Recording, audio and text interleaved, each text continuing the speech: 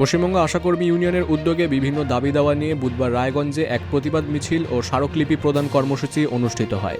Karnajora Birsa Munda complex market এলাকা থেকে মিছিল শুরু হয়ে জেলা স্বাস্থ্য আধিকারিকের কার্যালয়ে গিয়ে শেষ হয়। সেখানে স্বাস্থ্য ও পরিবার কল্যাণ দপ্তরের মুখ্য স্বাস্থ্য আধিকারিকের উদ্দেশ্যে একটি স্মারকলিপি জমা দেন আশাকর্মীরা।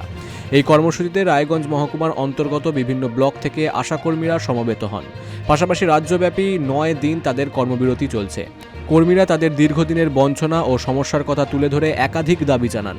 দাবিগুলির মধ্যে উল্লেখযোগ্য হল ন্যূনতম মাসিক 15,000 টাকা বেতন নির্ধারণ, কর্তব্যরত অবস্থায় মৃত্যুবরণ করলে এককালীন 5 লক্ষ টাকা ক্ষতিপূরণ, মোবাইল রিচার্জের জন্য সম্পূর্ণ প্যাক প্রদান, সরকারি ঘোষিত ছুটি কার্যকর করা এবং কেন্দ্রীয় সরকারের ঘোষিত ইনসেন্টিভ দ্রুত কার্যকর করা।